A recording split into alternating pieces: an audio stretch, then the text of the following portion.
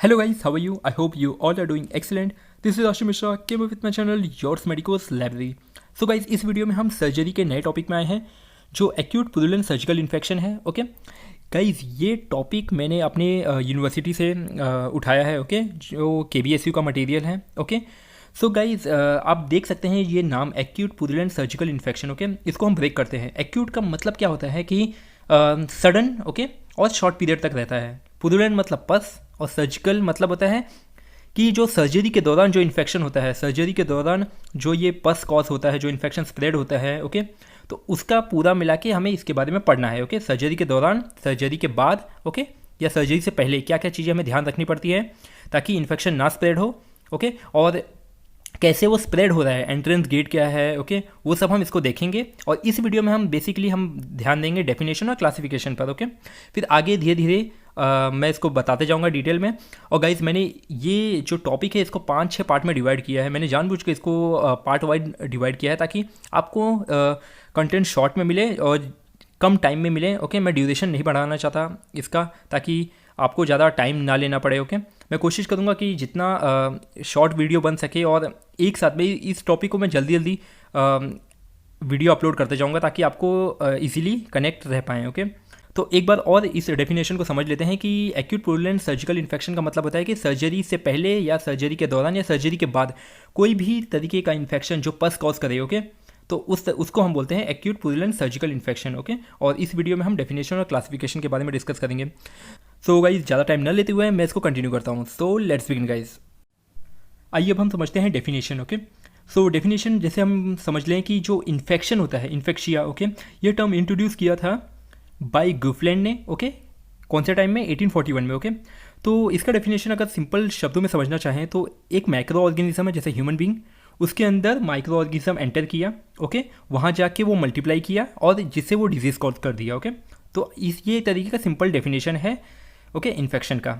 Okay अब हमें इस वीडियो में ये समझना है कि इन्फेक्शन सर्जरी के दौरान कैसे फैलता है. ओके तो हम जब सर्जिकल इन्फेक्शन की बात करते हैं तो हमें 2 चीज़ें दिमाग में रखनी चाहिए. ओके देखिए, पहला पॉइंट ये होता है कि जो हम जब ट्रीटमेंट करते हैं सर्जरी के थ्रू, ओके तो उस टाइम ज़्यादा चांसेस होता है इन्फेक्शन स्प्रेड होने का. ओके और एक और पॉइंट होता है कि जब सर्जरी कर चुके हैं तो उसके बाद भी इन्फेक्शन होता है जिसको हम बोलते हैं पोस्ट ऑपरेटिव पीरियड. और पोस्ट ऑपरेटिव पीरियड में जब इन्फेक्शन होता है तो उसको बोलते हैं पोस्ट ऑपरेटिव इन्फेक्शन. ओके तो ये 2 स्टेप्स हैं ओके जिससे इन्फेक्शन स्प्रेड हो सकता है, जैसे pre operative, post operative. Okay अब आते हैं क्लासिफिकेशन में. क्लासिफिकेशन बहुत सारे तरीके से क्लासीफाई किया गया है according to the KBSU material. So पहला है इन्फेक्शन. ओके इन्फेक्शन को 2 पार्ट में डिवाइड किया गया है, नॉन स्पेसिफिक और स्पेसिफिक. ओके नॉन स्पेसिफिक का मतलब होता है कि एक पर्टिकुलर कोई स्पेसिफिक नहीं है, कुछ भी माइक्रो ऑर्गेनिज्म हो सकता है जो पुरुलेंट पस कॉज करे, प्यूट्रिड भी कॉज करे, उसका मतलब भी एक तरीके का पस होता है. और एनारोबिक, एनारोबिक का मतलब होता है वो माइक्रो ऑर्गेनिज्म जो विदाउट ऑक्सीजन के थ्रू डिजीज़ कॉज कर सकते हैं. ओके तो एक तरीके का ये तीनों नॉन स्पेसिफिक के अंडर आते हैं. Okay purulent, प्यूट्रिड, anaerobic. अब आता है स्पेसिफिक. स्पेसिफिक में आता है जैसे ट्यूबरक्लोसिस हो गया, टिटनस हो गया, गैस गैंग्रीन हो गया, ओके एक्टिनोमाइकोसिस हो गया, एंथ्रेक्स हो गया, डिप्थीरिया. सो गाइज ये सब चीज़ें आपको याद करने वाली हैं. ओके तो आपको याद करना है. ओके सिंपल सा, इसमें और कोई लॉजिक नहीं है. अब दूसरा क्लासिफिकेशन देखते हैं एटियोलॉजिकली. ओके एटियोलॉजिकली क्लासिफिकेशन बताया गया है, इसमें वो भी पूरा मिला के माइक्रो ऑर्गेनिज्म को इंक्लूड किया गया है, जैसे स्टेफाइलोकोकस, स्ट्रेप्टोकोकस, न्यूमोकोकस, जितने भी हैं आप देख सकते हैं नाम के थ्रू आप याद करिए. ओके आपको बस ज़्यादा एग्जाम्पल भी याद नहीं करने की ज़रूरत है, आप कुछ ही याद कर सकते हैं जितना आपको याद हो सकता है. ओके अब आते हैं स्ट्रक्चर ऑफ पैथोलॉजी. ओके इसको किस तरीके से क्लासीफाई किया गया है? इसको क्लासीफाई किया गया है according to the surgical infection. Okay मतलब कि जैसे मैंने बताया था कि प्री ऑपरेटिव इन्फेक्शन हो सकता है और सर्जिकल इन्फेक्शन हो सकता है सर्जरी के दौरान या पोस्ट ऑपरेटिव मीन्स सर्जरी के बाद. तो उस हिसाब से इसको क्लासीफाई किया गया है. ओके और आपको ये पॉइंट आप ध्यान दीजिए लास्ट वाला, जो क्लोज्ड और ओपन इंजरी होती है कि जब आप ऑपरेशन कर दिए.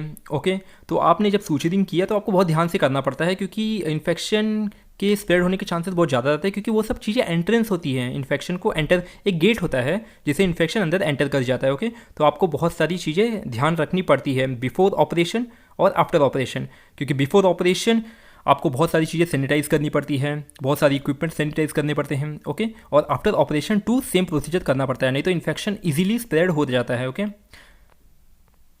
अब आते हैं लोकलाइजेशन के बेसिस पर कैसे क्लासीफाई किया गया है।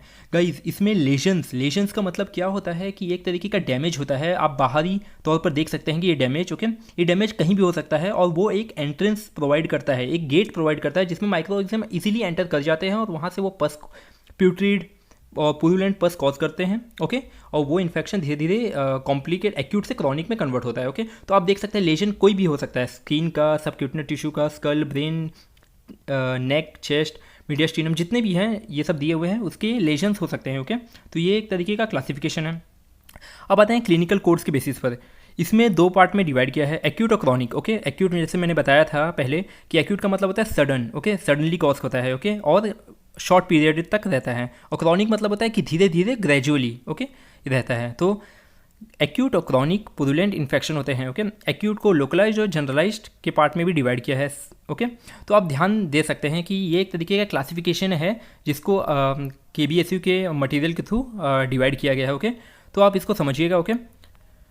सो गाइज इस वीडियो को मैंने जानबूझ के शॉर्ट में रखा है क्योंकि इसके टोटल 5 से 6 पार्ट में बनाऊंगा एक्यूट पुरुलेंट सर्जिकल इन्फेक्शन के, ताकि आपको इजीली टॉपिक समझ में आता रहे और आप इजीली रिवाइज भी कर पाएँ, ओके। क्योंकि लंबे वीडियो हो जाएंगे तो आपको थोड़ा प्रॉब्लम होगा समझने के लिए, ओके। सो गाइज अगर आपको कोई भी डाउट हो तो प्लीज़ कमेंट करिएगा।